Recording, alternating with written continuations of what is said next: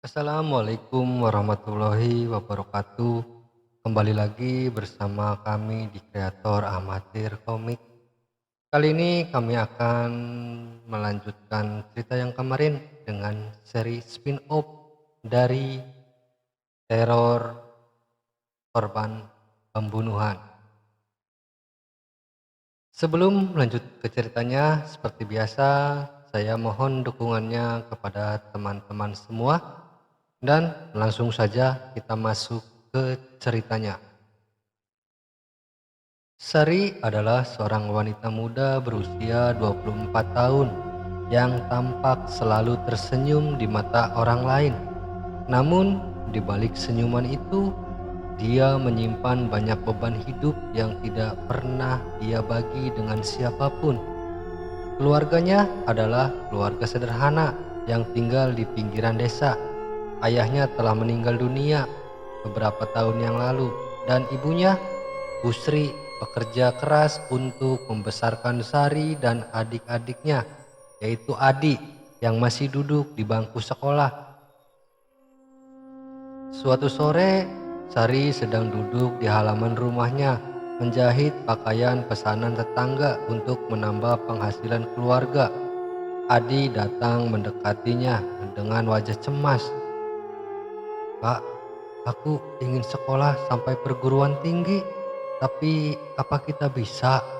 tanya Adi khawatir. "Tentu saja bisa, Dek.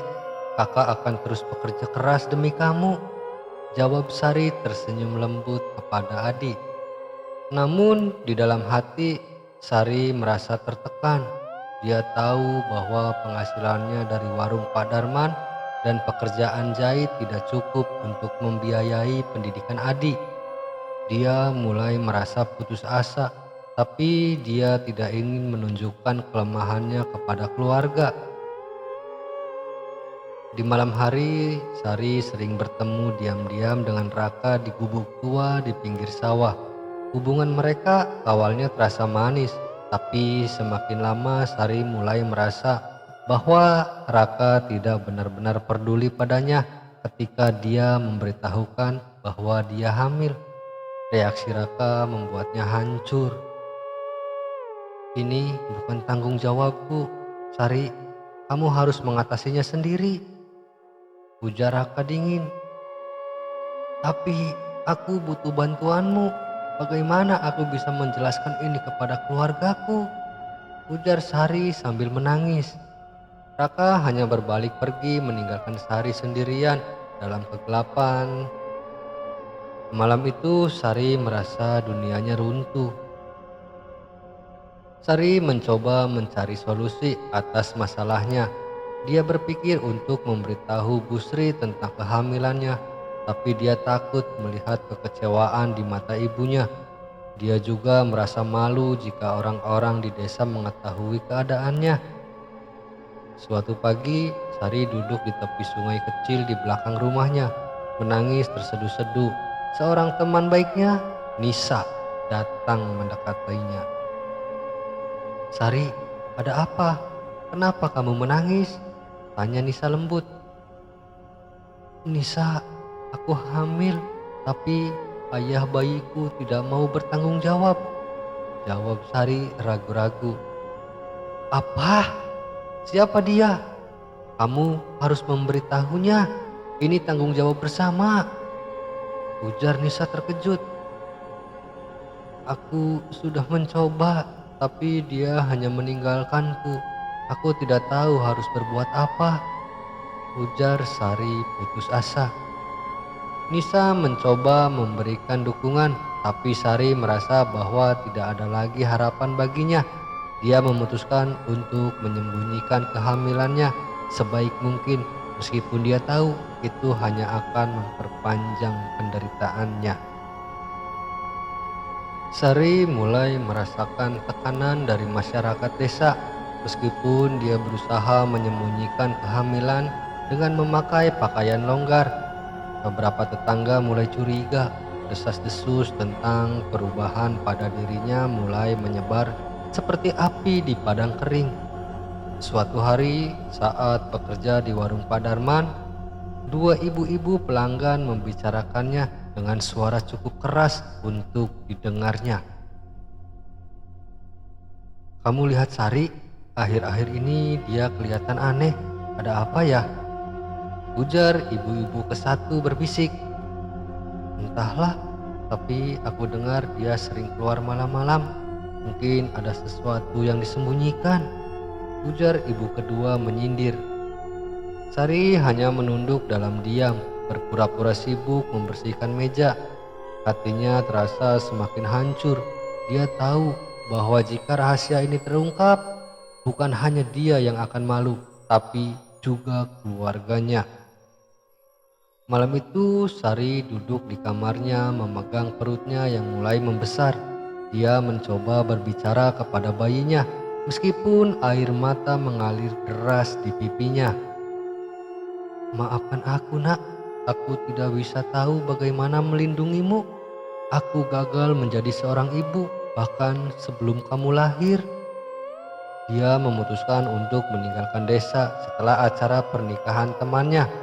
Dia berharap bisa memulai hidup baru di tempat yang jauh, di mana tidak ada yang mengenalnya. Namun takdir berkata lain. Setelah acara pernikahan, Sari pulang sendirian melewati hutan kecil. Langkahnya lambat karena pikirannya dipenuhi kekhawatiran dan ketakutan di tengah perjalanan. Dia mendengar suara langkah kaki di belakangnya. Ketika dia berbalik, dia melihat dua pria asing dengan wajah seram. "Hai cantik, mau kemana malam-malam begini?" tanya pria ke satu menyeringai.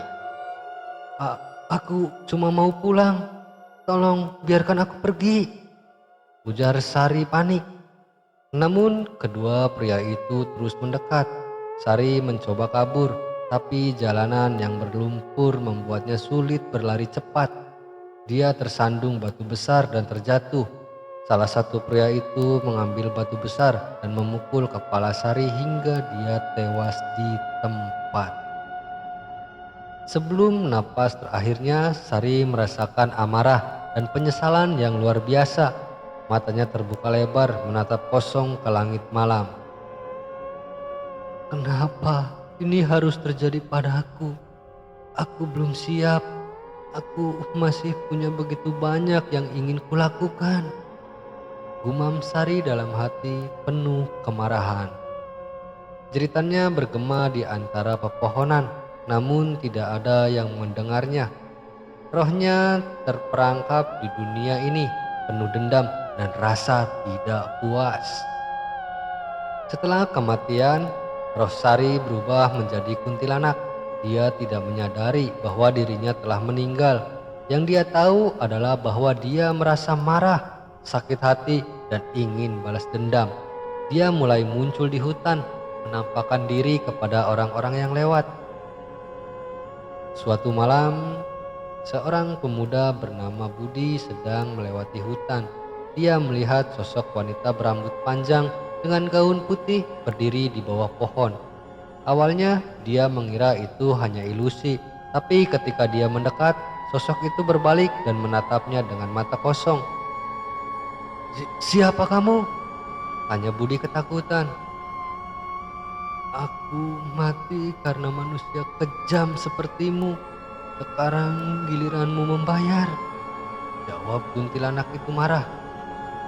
Budi langsung lari tanpa berpikir panjang.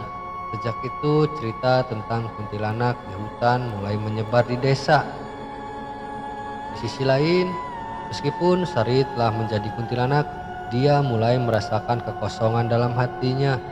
Di tengah amarahnya, dia kadang-kadang ingat masa lalunya, keluarganya, adik, dan bahkan Raka. Kenang-kenangan itu membuatnya bingung. Apakah dia benar-benar ingin membalas dendam, atau apakah dia hanya ingin mendapatkan kedamaian? Suatu malam, Sari menampakkan diri kepada Ki Ageng, dukun tua yang melakukan ritual pengusiran. Dia berdiri di depannya dengan wajah penuh kemarahan. "Kenapa kamu mencoba mengusirku? Ini desaku. Aku mati di sini," teriak kuntilanak mengancam. "Sari, Aku tahu kamu merasa sakit, tapi apakah dendam ini akan membantumu? Kamu sudah mati. Tidakkah kamu ingin tenang? Ujar Ki Ageng tenang. Sari terdiam. Kata-kata Ki Ageng menyentuh hatinya yang terdalam. Dia mulai ingat semua kenangan indahnya bersama keluarga dan teman-temannya. Dia juga ingat janjinya untuk melindungi adik. "A- Aku hanya ingin damai. Aku ingin adik bahagia," ujar Sari terisak. "Maka lepaskanlah semua amarahmu. Biarkan keadilan Tuhan yang menentukan nasib para pelakumu," ujar Ki Ageng lembut. Perlahan-lahan wujud Sari mulai memudar. Cahaya hangat menyelimuti tubuhnya dan dia merasakan ketenangan yang belum pernah dia rasakan sejak kematian tragisnya. "Terima kasih, akhirnya aku bisa tenang," ujar Sari senyum lega. Dengan suara ledakan kecil, roh Sari lenyap meninggalkan desa dalam kedamaian. Di sisi lain, meskipun Sari telah pergi, jejaknya tetap ada di hati orang-orang yang mengenalnya. Keluarganya, terutama Adi, merasa kehilangan mendalam, tapi mereka juga merasakan kelegaan karena Sari akhirnya menemukan kedamaian. Adi yang kini sudah dewasa duduk di tepi sungai kecil tempat Sari sering menangis dulu. Dia membawa buku harian Sari yang ditemukan polisi setelah insiden pembunuhan. "Kak Sari, aku sudah lulus sekolah. Aku ingin jadi guru seperti yang kakak impikan dulu. Kakak pasti bangga padaku," ujar Adi berbisik. Air mata mengalir di pipinya, tapi dia tersenyum. Dia tahu bahwa meskipun Sari sudah tiada, cintanya dan harapannya untuk keluarga tetap hidup di hati mereka. "Adi, ayo pulang. Hari sudah malam," ajak Bu Sri mendekat. "Iya Bu, aku cuma ingin bercerita sebentar dengan Kak Sari," jawab Adi tersenyum. Mereka berjalan pulang bersama meninggalkan kenangan indah tentang Sari di tepi sungai. Angin sepoi-sepoi membawa rasa damai ke seluruh desa. Dan spin-off untuk sudut pandang atau fokus kepada Sari sudah selesai. Mungkin di video selanjutnya kita akan membuat spin-off tentang yang fokus terhadap Raka. Terima kasih untuk teman-teman semua yang sudah menyimak dan menyaksikan cerita ini. Seperti biasa, saya mohon dukungannya untuk teman-teman semua dengan cara klik subscribe, like, komen, dan juga share ke media sosial teman-teman semua. Sekali lagi saya ucapkan banyak-banyak terima kasih. Wabillahi taufiq wal hidayah. Wassalamualaikum warahmatullahi wabarakatuh.